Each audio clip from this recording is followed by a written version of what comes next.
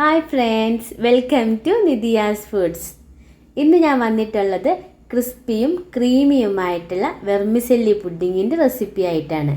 ക്രീമോ condensed മിൽക്കോ ഒന്നുമില്ലാതെ വളരെ സിമ്പിളായിട്ട് ഉണ്ടാക്കാൻ പറ്റിയൊരു പുഡിങ്ങാണിത്. അപ്പോൾ ഇതിന് വേണ്ടിയിട്ട് ഞാനിവിടെ 200 ഗ്രാം വെർമിസെല്ലി എടുത്തിട്ടുണ്ട്. നമ്മുടെ നാട്ടിൽ സേമിയ എന്നൊക്കെ പറയും. അത് തിന്നായിട്ടുള്ള വെർമിസെല്ലിയാണ് കേട്ടോ ഇത്. മറ്റേ കട്ടിയുള്ള വെർമിസെല്ലി അല്ല, തീരെ തിന്നായിട്ടുള്ളതാണ്. ഇത് റോസ്റ്റ് ചെയ്ത് വരുന്നതാണ്. റോസ്റ്റ് ചെയ്യാത്തത് കൊണ്ട് ഏതാണേലും കുഴപ്പമില്ല. നമ്മളിതൊന്നും കൂടി റോസ്റ്റ് ചെയ്തെടുക്കുന്നുണ്ട് കേട്ടോ. അപ്പോൾ നമുക്കിനി ഒരു പാൻ ചൂടാവാൻ വയ്ക്കാം. ചൂടായി വന്ന് കഴിയുമ്പോൾ ഇതിലേക്ക് 2 ടേബിൾ സ്പൂൺ നെയ്യ് ഒഴിച്ച് കൊടുക്കാം. നെയ്യുടെ ടേസ്റ്റ് ഇഷ്ടമില്ലാത്തവരാണെങ്കിൽ ഇതിന് പകരമായിട്ട് 2 ടേബിൾ സ്പൂൺ ബട്ടർ ചേർത്ത് കൊടുത്താലും മതി കേട്ടോ. ഇനി നെയ്യ് ഒന്ന് ചൂടായി വന്ന് കഴിയുമ്പം നമ്മൾ എടുത്തു വച്ചിരുന്ന 200 ഗ്രാം സേമിയ ഇതിലോട്ട് ഇട്ട് കൊടുക്കാം. ഇനി ഫ്ലെയിം ഒരു മീഡിയം ഫ്ലെയിമിലോട്ട് മാറ്റിയിട്ട് ഇതൊരു ഗോൾഡൻ ബ്രൗൺ കളർ ആകുന്നത് വരെ നമുക്ക് നന്നായിട്ടൊന്ന് വഴറ്റിയെടുക്കണം. ഇപ്പം വെർമിസെല്ലിയുടെ കളറൊക്കെ ചേഞ്ചായി തുടങ്ങിയിട്ടുണ്ട്. ഇത്രയും മതി. ഇത് കൂടുതൽ റോസ്റ്റ് ആയാൽ ഇതിൻ്റെ ടേസ്റ്റ് മാറിപ്പോവും.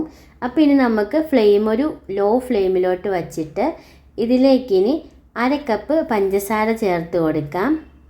കൂടെ തന്നെ 4 ടേബിൾ സ്പൂൺ പാലും കൂടി ഒഴിച്ചു കൊടുക്കാം. ഇനി ഈ പാലും പഞ്ചസാരയും വെർമിസെല്ലിയും കൂടി നന്നായിട്ട് ഇളക്കി യോജിപ്പിച്ച് കൊടുക്കണം. എപ്പോഴും ശ്രദ്ധിക്കണം, ഫ്ലെയിം ലോ ഫ്ലെയിമിലാണ് വയ്ക്കാമുള്ളൂ. നന്നായിട്ട് ഇങ്ങനെ ഇളക്കി യോജിപ്പിച്ച് കൊടുത്തതിന് ശേഷം ഇത് നമുക്ക് അടച്ച് വെച്ചിട്ട് ഒരു 4-5 മിനിറ്റ് ഒന്ന് കുക്ക് ചെയ്തെടുക്കണം.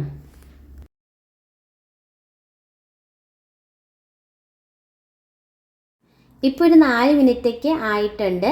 പഞ്ചസാരയൊക്കെ നന്നായിട്ട് മെൽറ്റായി വന്നിട്ടുണ്ട്. ഇത് മതി. ഇനി ഒരുപാട് ഓവർ കുക്കായി പോകരുത്. മാക്സിമം 5 മിനിറ്റൊക്കെ ഇങ്ങനെ കുക്ക് ചെയ്യാൻ പാടുള്ളൂ. അതിൽ കൂടുതൽ കുക്ക് ചെയ്താൽ അത് ഓവർ കുക്കായി പോവും. അപ്പോൾ ഇനി നമുക്ക് ഫ്ലെയിം ഓഫ് ചെയ്തിട്ട് ഇത് മൂടി വച്ചേക്കാം. ഇനി ഒരു ബൗൾ എടുത്ത് അതിലേക്ക് 1/2 കപ്പ് പാലൊഴിച്ച് കൊടുക്കാം. ഇനി ഇതിലേക്ക് 2 ടീസ്പൂൺ കസ്റ്റാർഡ് പൗഡറും 2 ടീസ്പൂൺ കോൺഫ്ലോറും കൂടി ചേർത്ത് കൊടുക്കാം. ഇനി കട്ടയൊന്നും ഇല്ലാതെ ഇത് നന്നായിട്ടൊന്ന് മിക്സ് ചെയ്തെടുക്കാം.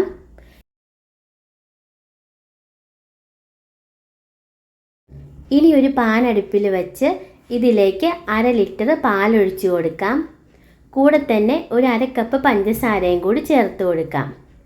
ഇനി ഇതൊന്ന് ഇളക്കി പഞ്ചസാര നന്നായിട്ടൊന്ന് അലിയിച്ചെടുത്തതിന് ശേഷം ഈ പാല് നന്നായിട്ട് തിളയ്ക്കുന്നത് വരെ നമുക്കൊന്ന് വെയിറ്റ് ചെയ്യാം. ഇപ്പോൾ പാല് നല്ലതുപോലെ തിളച്ച് വന്നിട്ടുണ്ട്. ഇനി ഇതിലേക്ക് നമ്മൾ തയ്യാറാക്കി വെച്ച കോൺഫ്ലോറിൻ്റെയും കസ്റ്റാർഡ് പൗഡറിൻ്റെയും മിക്സ് ചേർത്ത് നന്നായിട്ട് ഇളക്കി കൊടുക്കാം. ഇളക്കി കൊടുത്തില്ലെങ്കിൽ അത് കട്ട പിടിച്ച് പോവും. ഇനി ഇത് ഒന്ന് തിക്കാവുന്നത് വരെ തുടരെ ഇളക്കി കൊടുത്തുകൊണ്ടിരിക്കണം. കുറച്ച് സമയം മതി, അതിനുള്ളിൽ തന്നെ ഇത് നല്ല തിക്കായിട്ട് നമുക്ക് കിട്ടും. അങ്ങനെ നമ്മുടെ മിക്സ് ഇപ്പോൾ ഒന്ന് തിക്കായിട്ടൊരു ക്രീമി കൺസിസ്റ്റൻസിയിൽ വന്നിട്ടുണ്ട്. ഇത് മതി. ഇനി നമുക്ക് ഫ്ലെയിം ഓഫ് ചെയ്ത് കൊടുക്കാം. ഇനി നമ്മൾ നേരത്തെ റോസ്റ്റ് ചെയ്ത് വെച്ചിരുന്ന സേമിയ ഒന്ന് സെറ്റായി കിട്ടിയിട്ടുണ്ട്. അത് കൈ വച്ചിട്ട് ചെറുതായിട്ടൊന്ന് പൊടിച്ചെടുക്കാം. ഇനി പുഡിങ് സെറ്റ് ചെയ്യുന്നതിന് വേണ്ടിയിട്ട് ഞാനിവിടെ ഗ്ലാസിൻ്റെ ഒരു കണ്ടെയ്നർ എടുത്തിട്ടുണ്ട്. നിങ്ങളുടെ കയ്യിൽ ഏത് പാത്രമാണോ ഉള്ളത് അതിൽ പുഡിങ് സെറ്റ് ചെയ്തെടുക്കാം.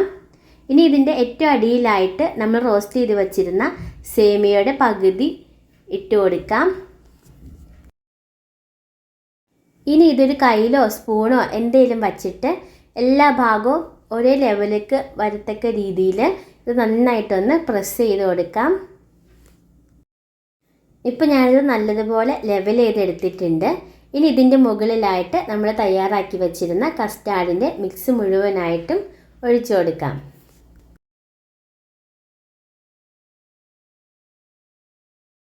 ഇനി കസ്റ്റാർഡിൻ്റെ മിക്സും കയ്യിലെന്തെങ്കിലും വച്ചിട്ട് നന്നായിട്ടൊന്ന് ലെവൽ ചെയ്ത് കൊടുക്കണം.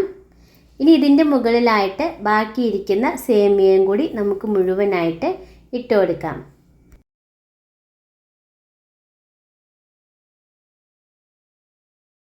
ബാക്കിയിരുന്ന സേമിയ മുഴുവനും ഞാനിപ്പോൾ ഇതിൻ്റെ മുകളിൽ ഇട്ട് കൊടുത്തിട്ടുണ്ട്.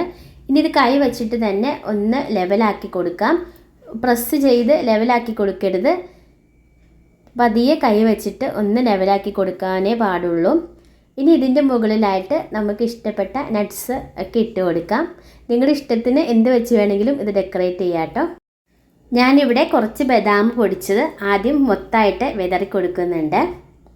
ഇനി ഇതിൻ്റെ മുകളിലായിട്ട് കുറച്ച് കാഷ്യൂസും പിസ്തയും ചെറുതായിട്ട് മുറിച്ചതും കൂടി ഇട്ട് കൊടുക്കുന്നുണ്ട്.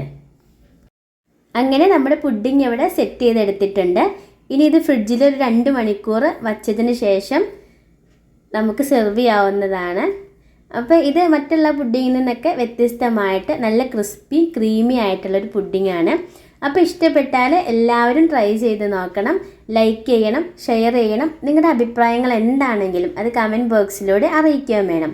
പിന്നെ എൻ്റെ ഈ ചാനൽ ആദ്യമായിട്ടാണ് കാണുന്നതെങ്കിൽ പ്ലീസ് ഒന്ന് സബ്സ്ക്രൈബും കൂടി ചെയ്തേക്കണേ. അപ്പോൾ മറ്റൊരു വീഡിയോയുമായിട്ട് വീണ്ടും കാണാം. Thanks for watching.